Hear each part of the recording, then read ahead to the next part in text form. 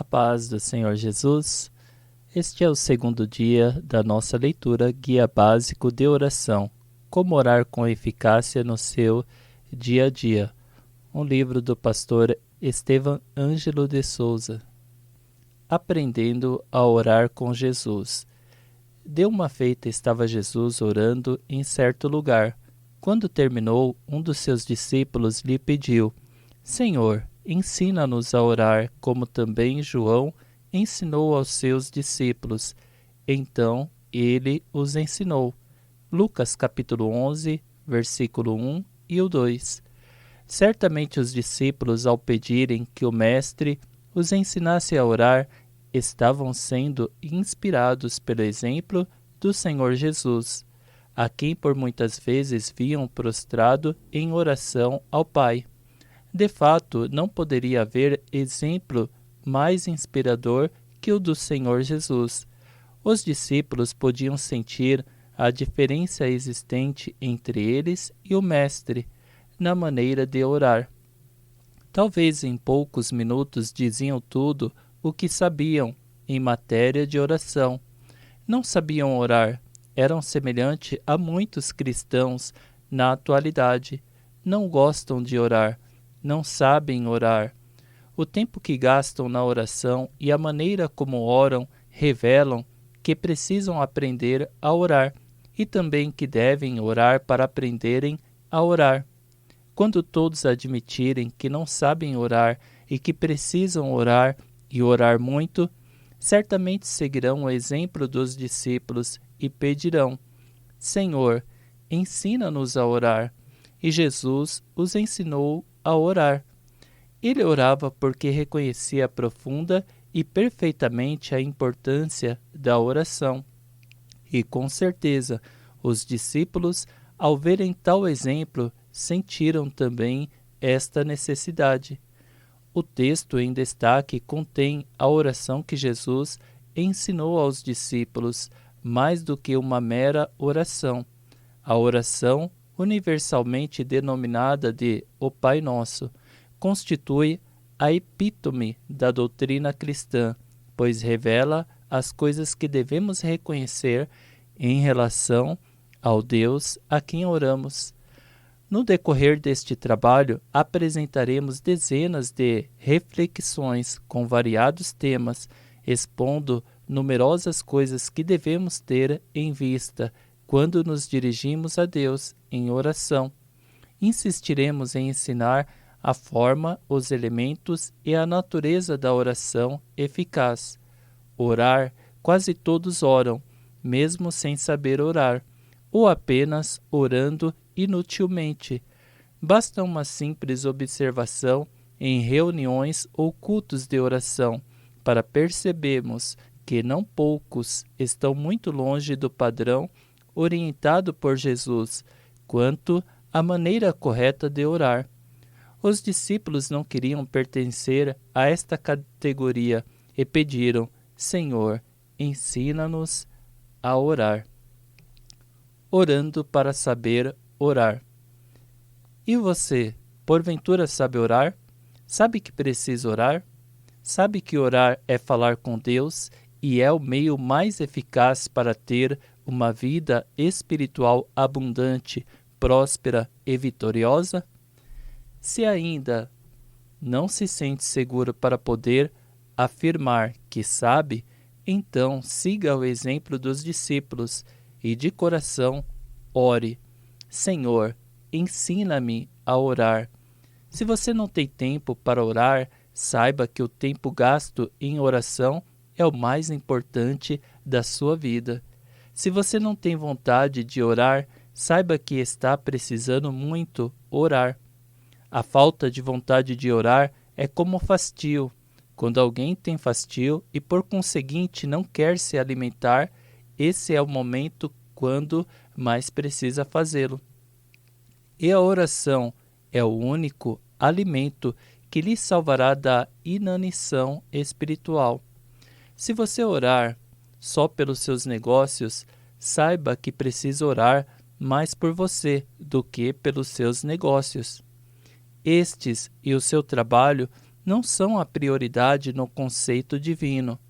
A prioridade é você mesmo, por quem Cristo morreu e a quem Deus ama e quer usar na realização da sua obra. Você, além de receber os preciosos dons inerentes à salvação, pela mesma graça fará jus ao galardão que o justo juiz dará a cada um segundo o seu trabalho. Considere também que, sem orar, poderá fazer apenas alguma coisa para você nesta vida, mas nada fará de valor eterno para Deus. Sem orar, a sua vida poderá ser inútil para o mundo e para Deus. Você pode viver apenas para si e morrer, sem nada levar do mundo. Sem orar, a sua alma estará sujeita aos ataques de Satanás, sem forças para resistir. Por isso, a recomendação divina, quanto ao mais, sede fortalecidos no Senhor e na força do seu poder, para poderdes ficar firmes contra as ciladas do diabo, com toda oração e súplica, orando em todo tempo no Espírito, e para isto vigiando com toda perseverança e súplica por todos os santos. Os apóstolos que tanto ensinaram sobre oração, aprenderam a orar e fizeram da oração uma poderosa arma, com a qual venceram o mundo, o diabo e a carne, e triunfaram sobre todos os poderes políticos, imperiais e satânicos que se lhes opunham, e realizaram a obra de Deus, serviram de exemplo para os santos e para o mundo, foram fiéis até a morte, conquistaram a herança da vida eterna, chegaram ao céu e se apoderaram da glória que Deus reservara para eles. Foi bom que orassem: Senhor, ensina-nos a orar, faça como os discípulos, peça ajuda ao Senhor e ore para saber orar. A oração que Jesus ensinou. A oração ensinada por Jesus, o Pai Nosso, constitui a epítome da doutrina cristã. Nesta oração, ensinada por Cristo aos seus discípulos, o Mestre teve o propósito de ensinar-lhes preliminar e resumidamente a oração em seus aspectos essenciais, de modo correspondente com as suas necessidades relativas a esta vida, destacando em especial as necessidades espirituais relativas aos deveres para com Deus.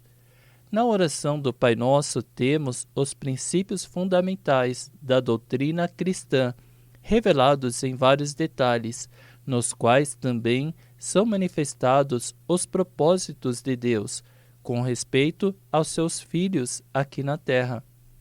Atendendo ao pedido dos discípulos, ensinou-lhes a orar: Pai nosso que estás nos céus, santificado seja o teu nome, venha o teu reino, faça-se a tua vontade, assim na terra como no céu.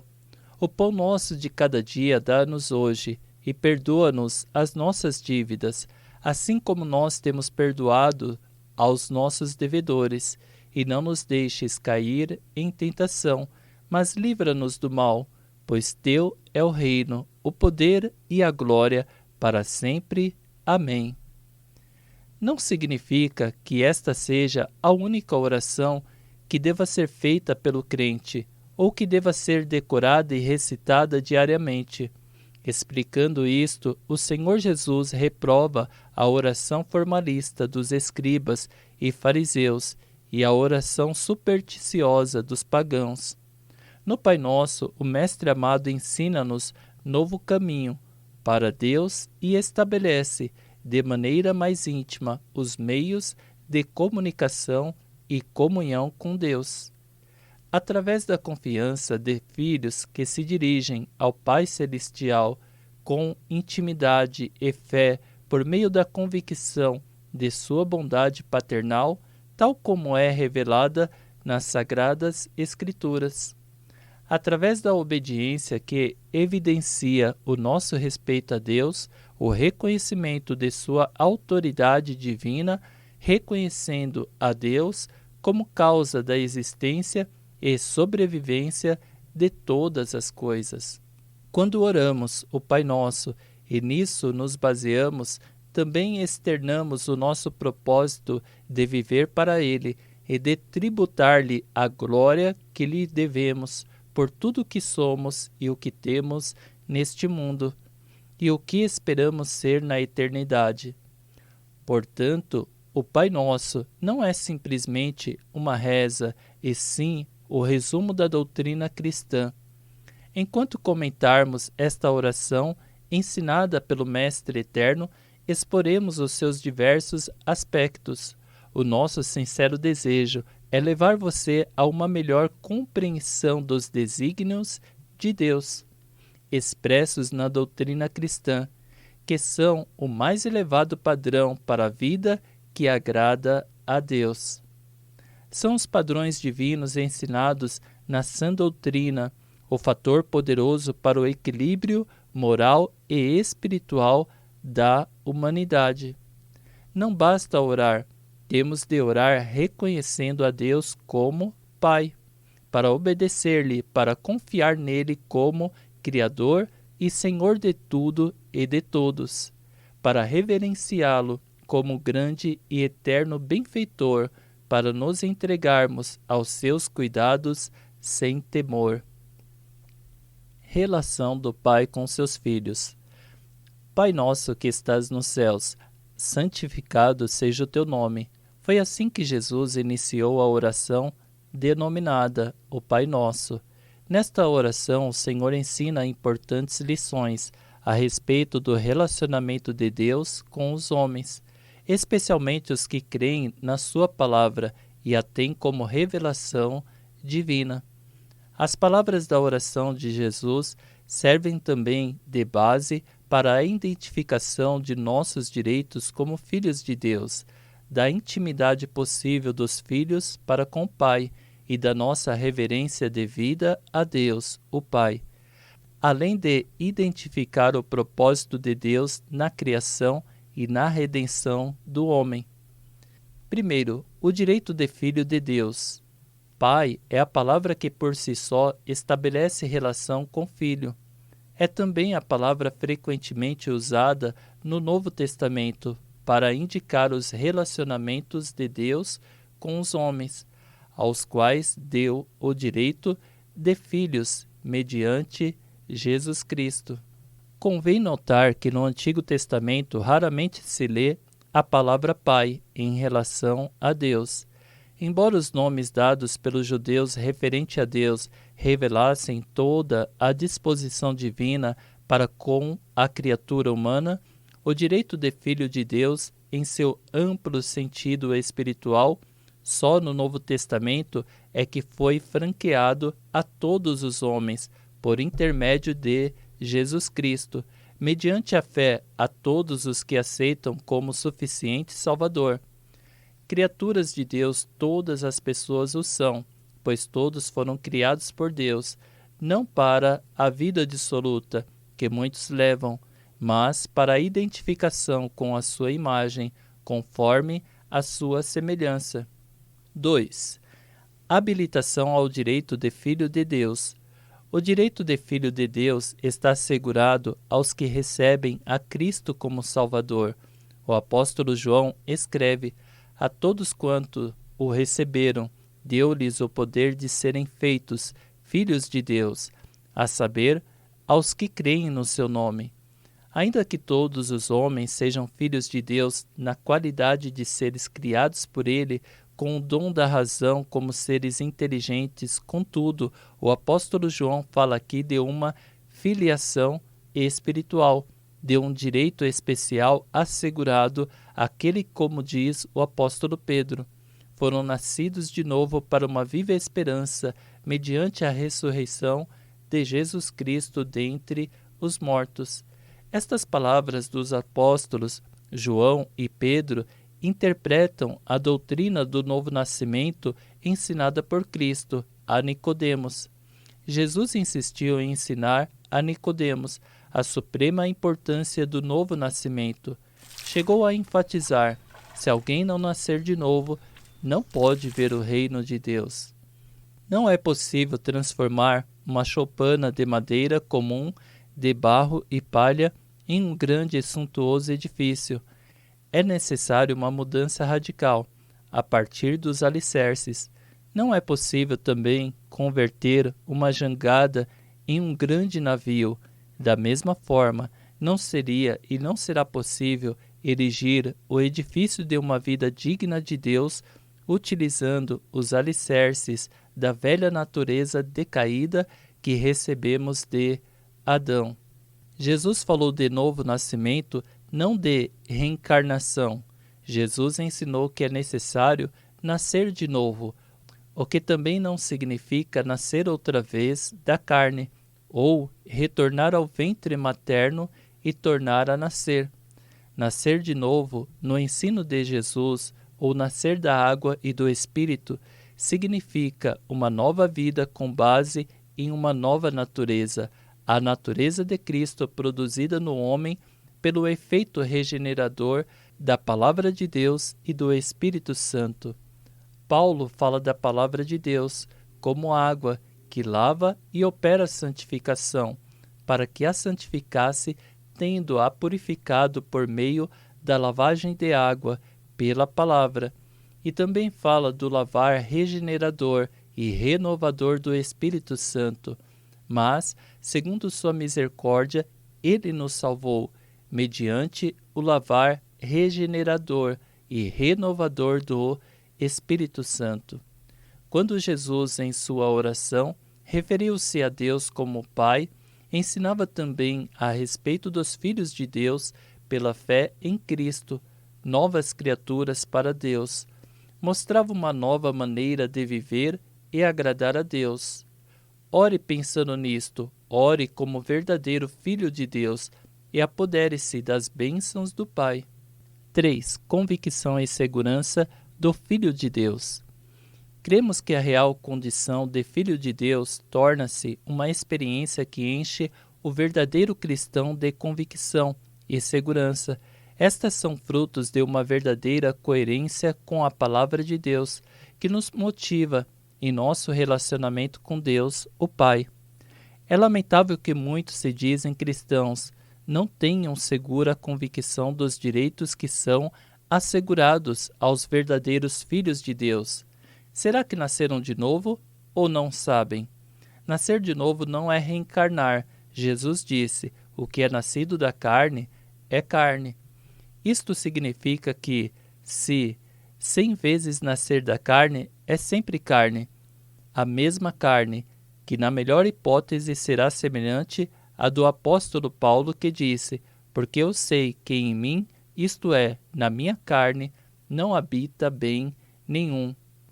Quem nasce da carne está sujeito à natureza pecaminosa e, por conseguinte, está impossibilitado de aproximar-se da perfeição reservada àqueles que são filhos de Deus. Esta perfeição só é alcançada em Cristo e o meio de alcançá-la é pelo novo nascimento.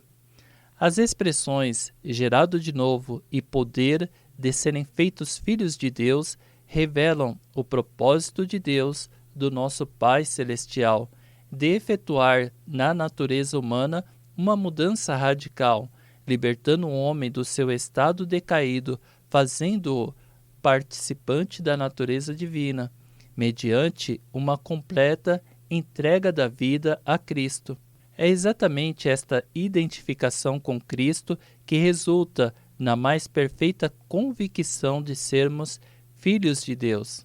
É também a causa de uma confiança inabalável do direito que temos à herança de seu reino. É disto que fala o apóstolo Paulo. O próprio Espírito testifica com o nosso espírito que somos filhos de Deus. Ora, se somos filhos, somos também herdeiros, herdeiros de Deus e co-herdeiros com Cristo.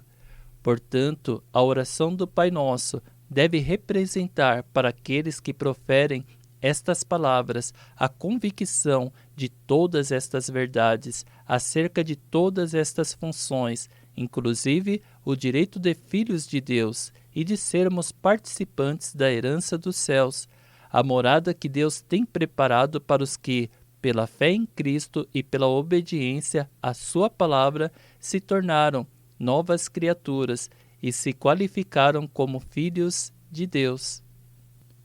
Intimidade e confiança.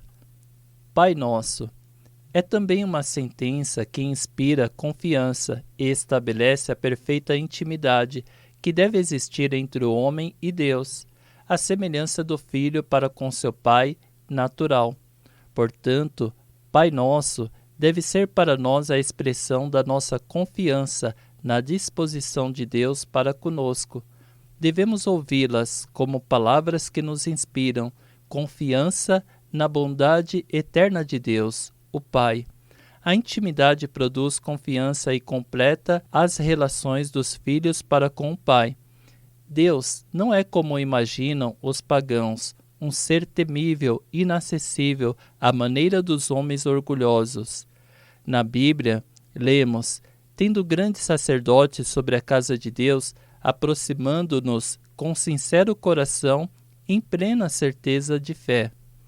O que daí aprendemos é que, se o homem assumir a posição de filho de Deus, mediante a fé em Cristo e a aceitação da sã doutrina, pode aproximar-se dele confiadamente, independente do favor de supostos mediadores. Ninguém mais do que o nosso Pai Celestial se interessa em nosso bem-estar, especialmente no que diz respeito à vida futura. Ninguém melhor que o Senhor Jesus pode mudar a nossa causa com relação à eternidade. Neste sentido, está escrito: porquanto há um só Deus e um só mediador entre Deus e os homens, Cristo Jesus, homem, o qual a si mesmo se deu em resgate por todos. E mais, Deus prova o seu próprio amor para conosco pelo fato de ter Cristo morrido por nós, sendo nós ainda pecadores. O amor de Deus é a lei que regula a intimidade por Ele, estabelecida para com os que o conhecem como Pai das misericórdias. Cristo é o mediador real e suficiente. Quaisquer outros são simplesmente supostos, falsos, inúteis, aceitos apenas por ignorância espiritual ou falta de conhecimento da bondade de Deus manifestada em Jesus Cristo. Se você ora e diz: Pai Nosso, não faça de forma mecânica. Se você chama Deus de Pai, por conseguinte, obedeça-o e confie nele, que a sua oração seja não somente a expressão de sua fé, mas, igualmente, da sua comunhão com Deus, o Pai. Amém? Que Deus vos abençoe.